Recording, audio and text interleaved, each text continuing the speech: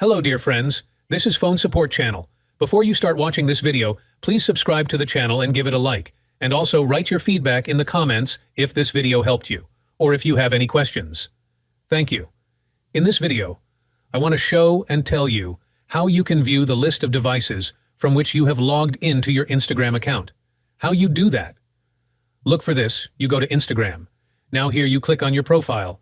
Then at the top, you click on the three bars. Now here we click Settings and Privacy. Now here we select Account Center. Now here we have, while it is loading, we select Password and Security. Click. Now here you have the item, Login and Recovery.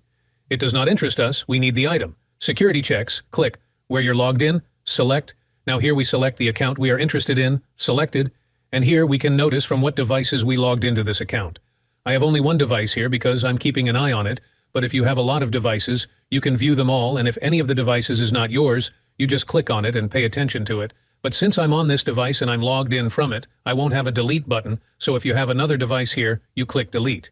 As you can see, this is a very simple and quick way. Done. Nothing complicated. If you like this video, put likes and subscribe to the channel. And also watch other useful videos on the channel.